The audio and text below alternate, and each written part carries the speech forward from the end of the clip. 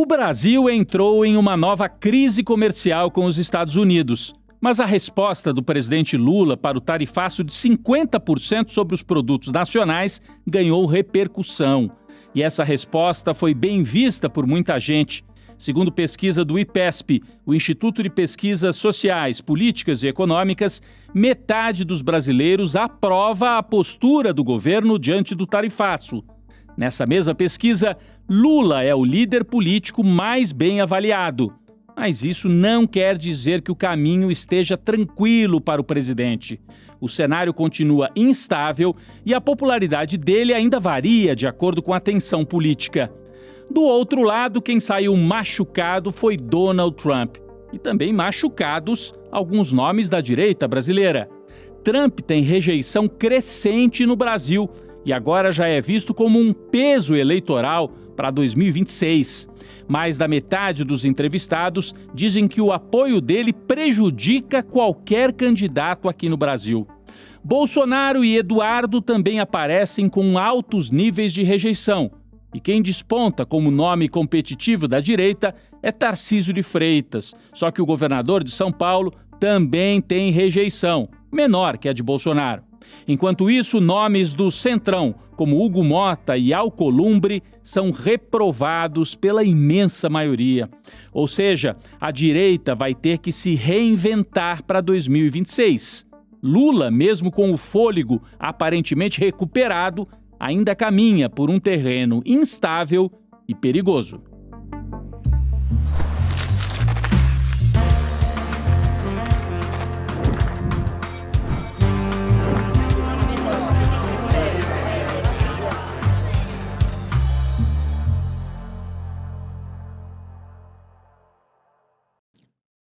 Olá, eu sou o Rodrigo Viana e esse é o videocast Em Detalhes. Você sabe, a gente sempre se aprofunda num tema importante da atualidade com um convidado especial.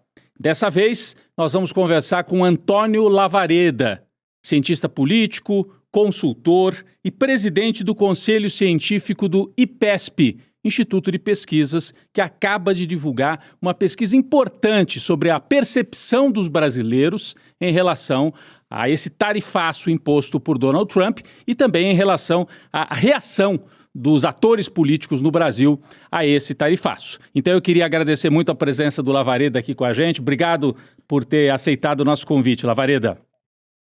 É um prazer, Rodrigo, estar com você e estar aí com os nossos espectadores. Muito bem. Eu vou começar, então, diretamente com a pesquisa do IPESP, né? O IPESP quis saber como é que os brasileiros enxergam o governo do Donald Trump, né? E aí há uma forte reprovação ao Donald Trump. Os números, 61% dos brasileiros reprovam e 39% aprovam. Então há uma rejeição forte entre os brasileiros quando se pergunta sobre o Trump. Mas curiosamente, aí eu já vou para um segundo número aqui, curiosamente quando se pergunta, e a reação do governo Lula, né, em relação a esse tarifaço? Aí há um apoio ao Lula, mas bem mais justo, ajustado, né? 50% apoiam a reação do governo Lula e 45% reprovam a reação do governo Lula. Então eu queria passar para você analisar, parece que há uma forte rejeição dos brasileiros ao Trump, mas isso não significa automaticamente, pelo menos é o que mostra os números aqui, mas é você que é o especialista, parece que não há não é automático, né, o apoio crescente ao Lula. Eu queria que você avaliasse com a gente esses números aqui do IPESP. Olha só, Rodrigo, em primeiro lugar, vendo a aprovação ao Trump, o Instituto, nesse produto que se chama Pulso Brasil, que é um produto bimestral, né, na medição anterior, a aprovação ao Trump era de 39%, recuou para 33% agora. A desaprovação era de 55%, aumentou para 61% agora. 61% é um número relativo bastante expressivo, mas traduzindo para quem está nos acompanhando, para ter uma ideia melhor, significa que mais do que 95 milhões de brasileiros que são eleitores, ou seja, essa pesquisa é feita com entrevistados de 16 anos e mais. Mais de 95 milhões de brasileiros desaprovam o Trump, o personagem Trump. No que diz respeito à reação do governo brasileiro, você assinalou bem a aprovação, a reação do governo brasileiro não é exatamente semelhante à desaprovação ao Trump, não é o outro lado da moeda apenas. É uma aprovação menor, mas expressiva.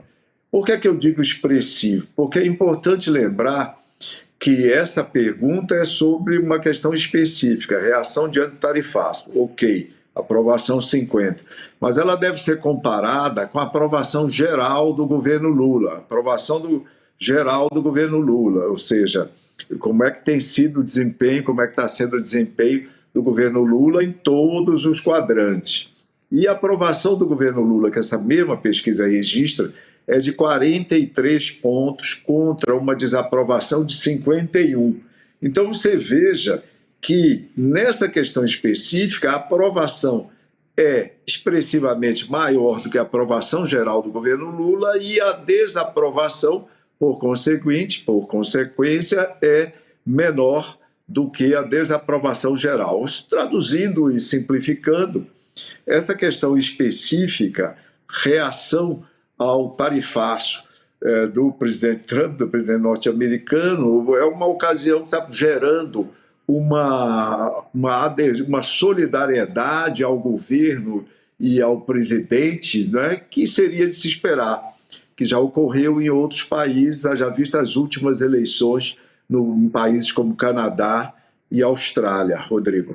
Não, muito importante. Aliás, eu vou só me corrigir, então, a aprovação dos brasileiros e desaprovação em relação ao Trump. Nessa última pesquisa, 61% desaprovam, esse número está correto, mas a aprovação apenas 33%. Eu tinha falado 39%, mas 39% era 2 meses atrás, caiu para 33%. Então o Trump está com uma desaprovação fortíssima e uma aprovação entre os brasileiros caindo, e você trouxe muito bem esta avaliação. E em relação ao governo Lula também, eu acho que deu para a gente entender bem, quer dizer, a avaliação do Lula no recorte específico de política externa, de embate com o Trump, né, é melhor do que a avaliação do governo como um todo. Então isso é um recorte bastante importante para a gente observar. A pesquisa também pergunta, Lavareda, como é que os brasileiros avaliam a atuação de várias lideranças políticas do Brasil em relação ao tarifaço.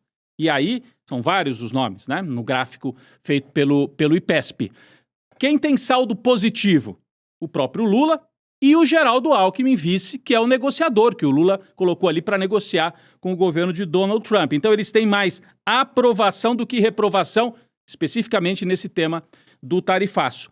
Quando a gente vai olhar Jair Bolsonaro, Eduardo Bolsonaro e mesmo o governador de São Paulo, Tarcísio de Freitas, aí inverte, né? Tem mais desaprovação do que aprovação. Isso reforça essa ideia de que esse ataque do Trump está favorecendo o setor que está no governo, né? A frente, vamos dizer, a frente democrática, a centro-esquerda ali, Lula e Alckmin, e está desfavorecendo a turma do bolsonarismo, é isso mesmo? Exato, Rodrigo. Esse ataque do presidente Trump ao Brasil, que é assim que deve ser encarado, né, o tarifaço e mais as exigências de interferência no Supremo Tribunal Federal, etc., de interrupção do processo do presidente Bolsonaro, do ex-presidente Bolsonaro, etc. Essa conjuntura tem fortalecido na opinião pública as figuras predominantes, proeminentes do governo, sobretudo as que têm se envolvido com essa questão. Você vê que o vice-presidente Geraldo Alckmin tem tido bastante destaque, tem aí um saldo positivo nessa questão. A aprovação do comportamento dele é maior do que a desaprovação, o que já ocorreu também com o presidente Lula, ao passo que a oposição se vê fragilizada nesse momento. A principal figura da oposição, naturalmente, é o ex-presidente Jair Bolsonaro, tem um placar de 32-60. Para a gente ter uma ideia, isso é um intervalo aí, quando você vai subtrair, você vai ver 28 pontos negativos nesse cotejo aprovação-desaprovação.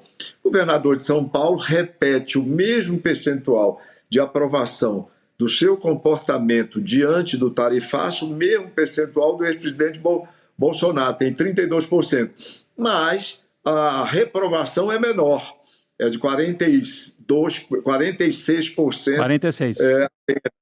Porque 23% não tem informação a respeito.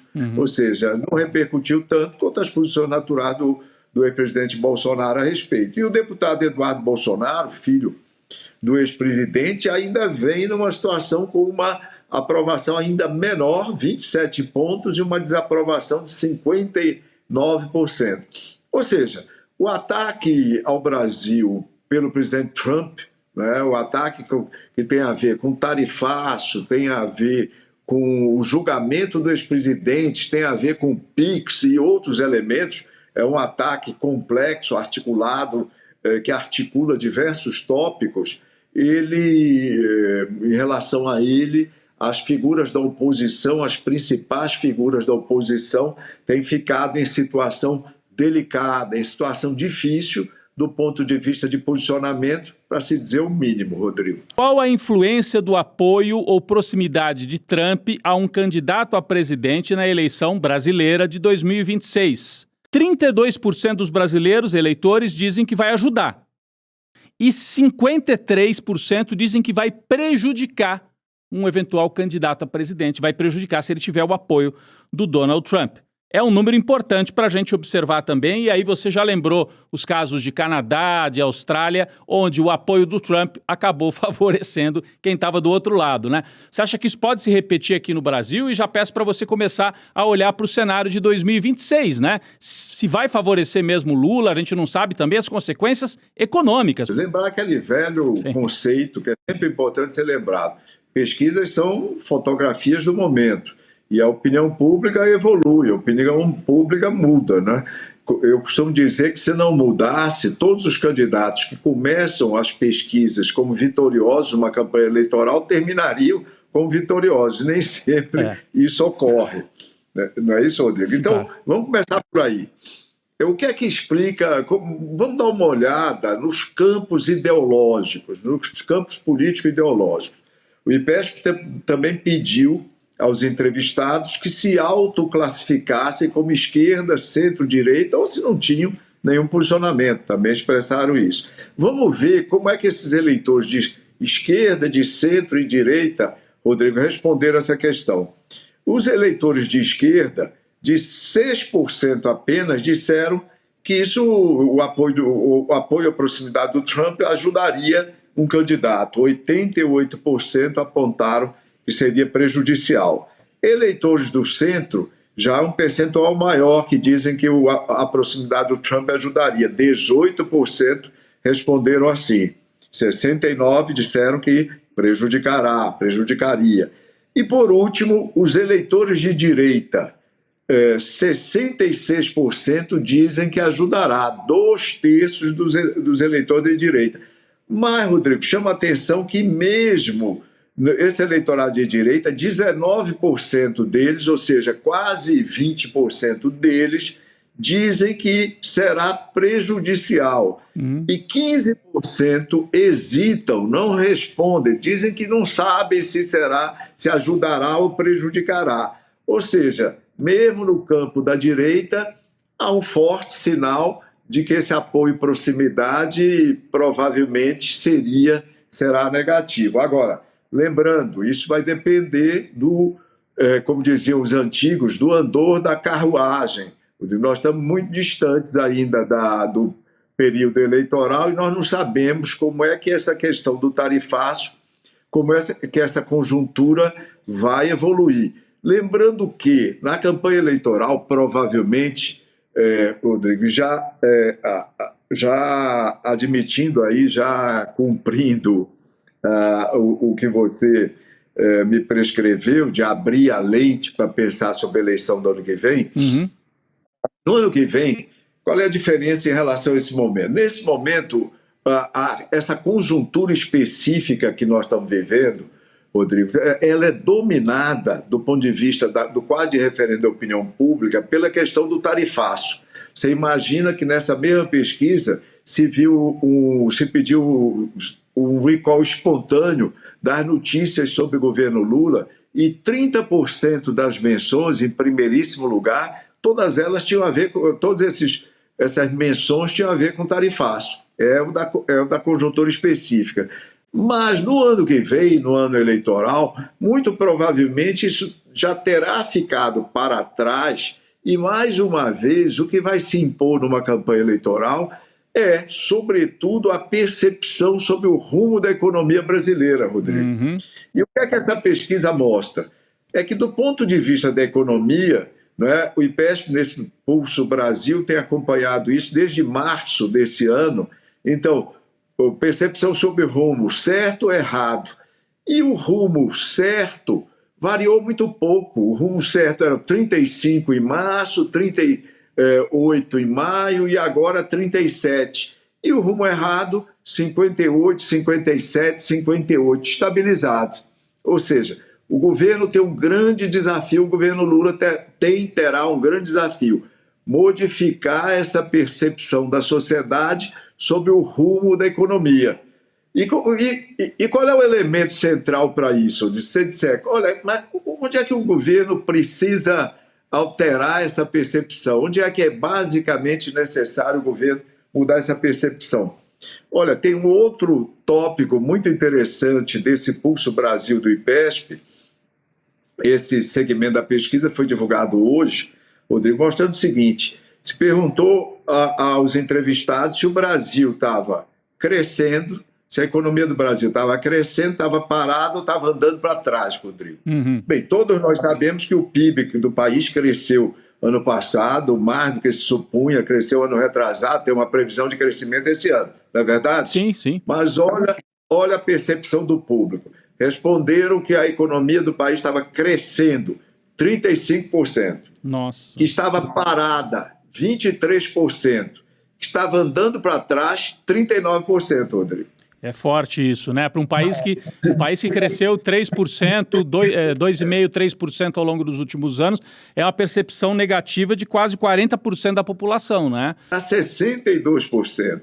Ou seja, o grande desafio de comunicação do governo, da agora para frente, etc., porque essa conjuntura do tarifácio, em algum momento, ela vai ser superada, né? Se supõe, superada em qualquer direção. Mas o grande desafio é modificar substancialmente essa percepção de crescimento, porque é ela que explica a percepção sobre o rumo errado como predominante da economia. Lembra que eu falei que 62% tem essa distorção, acham que está parado ou andando para trás, e é um número muito parecido com os 58% que dizem que a economia está no rumo errado, Rodrigo.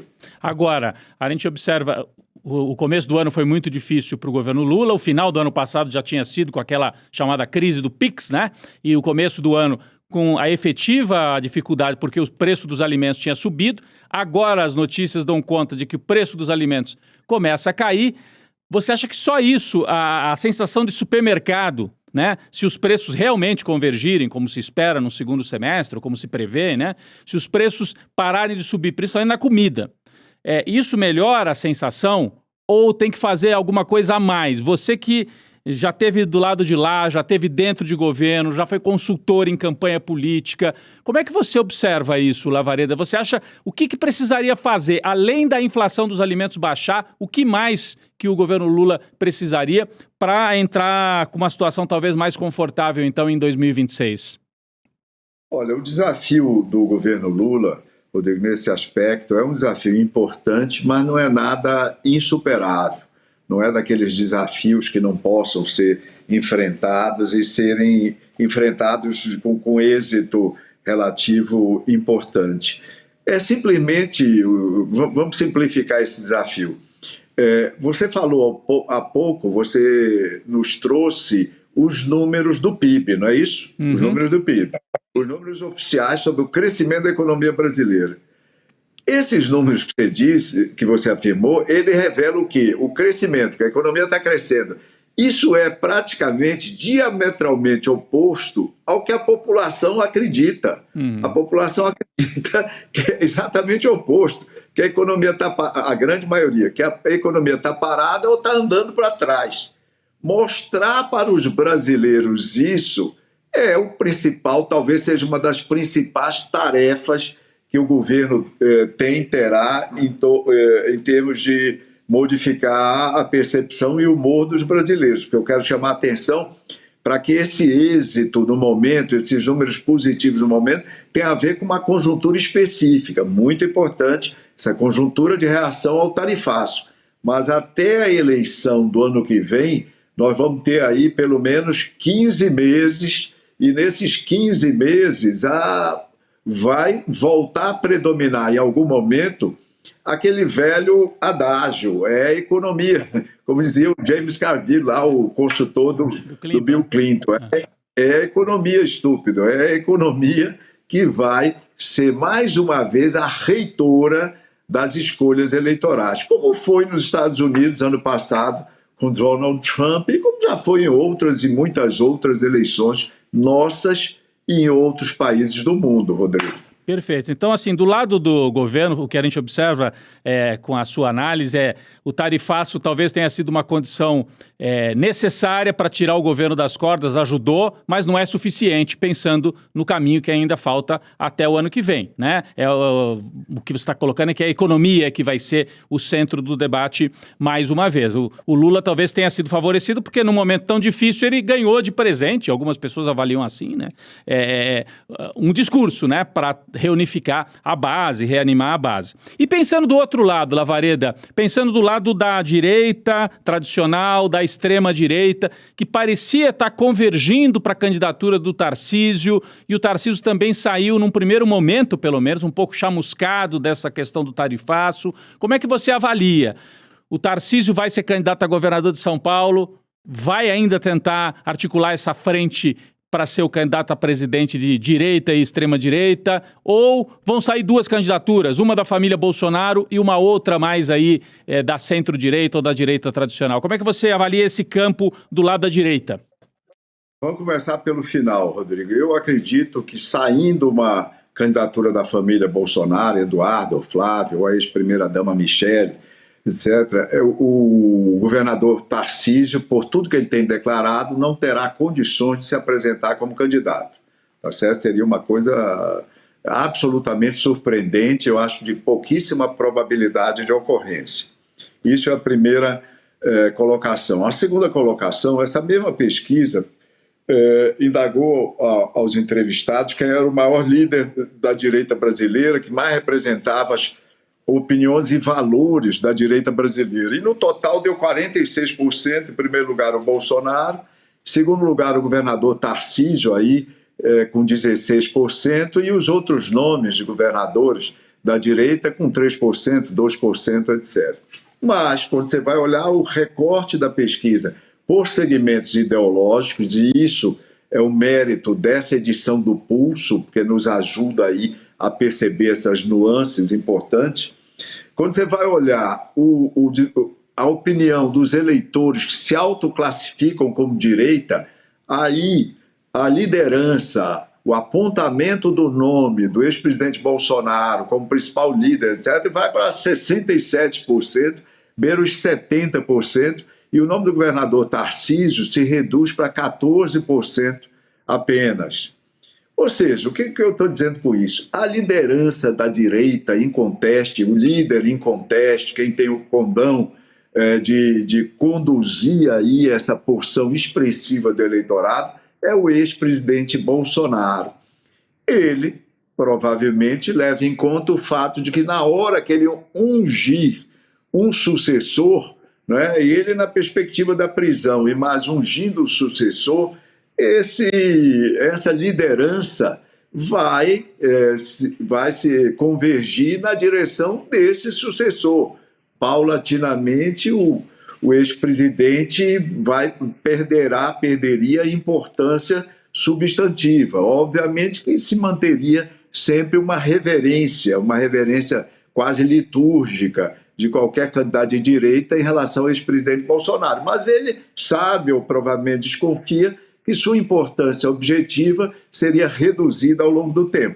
Então, eu acredito que o presidente Bolsonaro, o ex-presidente Bolsonaro, vai delongar essa escolha o mais possível. Hoje, o seu filho, o senador Flávio Bolsonaro, numa entrevista às TVs que ele concedeu, disse que o pai, perguntado sobre o deadline da escolha, ele disse, olha, não tem deadline para Jair Bolsonaro, ele tem todo o tempo que ele queira, inclusive ele pode ser candidato, registrar a candidatura dele e tudo mais. Ele não citou, mas ele estava falando do precedente Lula 2018, obviamente. Então, é uma possibilidade concreta do presidente Bolsonaro delongar ao máximo esse processo e, obviamente, no momento final, indicar um dos seus filhos como seu representante nessa eleição, tentando, através do sobrenome Bolsonaro, voltar a bipolarizar a disputa, tal como se deu em 2022, que foi a disputa mais bipolarizada de primeiro turno. Estou falando em primeiro turno para só lembrar que se fala muito em polarização, mas como as eleições não têm segundo turno, elas bipolarizam naturalmente o país. Claro.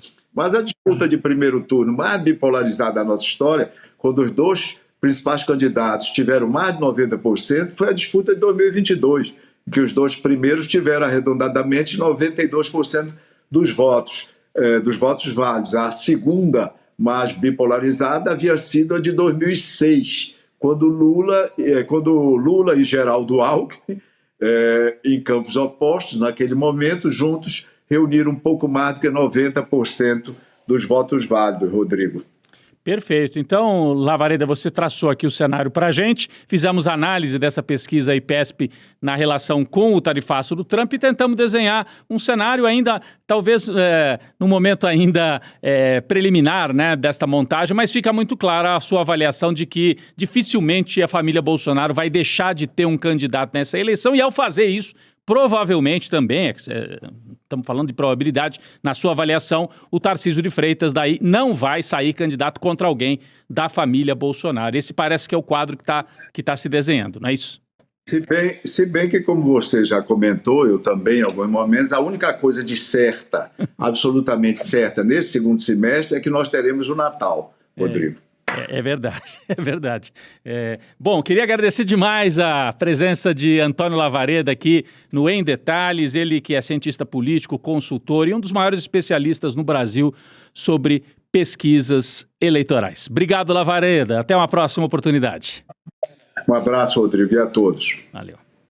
Pessoal, e acabou o segredo, hein? Vocês viram aí, Eduardo Moreira revelou no domingo o próximo passo dessa revolução do ICL, o ICL eterno. Só um aliado eterno garante acesso a todas as mega novidades de uma vez só, né? Então se prepara que a lista é grande, hein? Você vai ter acesso à plataforma ICL, Investidor Mestre, Empreendedor Mestre, a Psicologia do Esporte e Ciência da Superação. Você vai ter acesso ao catálogo exclusivo de mais de 100 filmes e documentários que estreiam ainda esse ano na plataforma do ICL. Além disso, acesso à pós-graduação e você pode dividir tudo isso com a família, né? Um acesso que pode ser compartilhado. É o ICL eterno. O ICL está levando a nossa comunidade para um outro patamar, né? Então você se inscreve, para você se inscrever, você vai em detalhesicl.com.br e aí você acessa o ICL Eterno. Bom, o videocast Em Detalhes fica por aqui. Hoje eu tive a missão de substituir a nossa querida Gabi Varela. Nas próximas edições ela estará de volta. Obrigado, gente, e até mais. Título ICL Eterno, o documento que te comprova o seu vínculo vitalício com a maior comunidade de conhecimento independente do Brasil. Acesso ilimitado a todos os cursos e conteúdos. Participação vitalícia em todas as novidades que o ICL lançar. Apoio na construção dos nossos sonhos. Seu nome eternizado como apoiador do ICL. Não é assinatura, não é renovação. É conhecimento para você e para sua família para sempre. ICL Eterno, porque o conhecimento liberta para sempre. O ICL está em todo lugar, na palma da sua mão, na TV da sua casa e até nos seus ouvidos. Para ir além da manchete e mergulhar com apuração e contexto de verdade, acesse iclnoticias.com.br. Siga o ICL, compartilha e vem com a gente. Informação para quem pensa.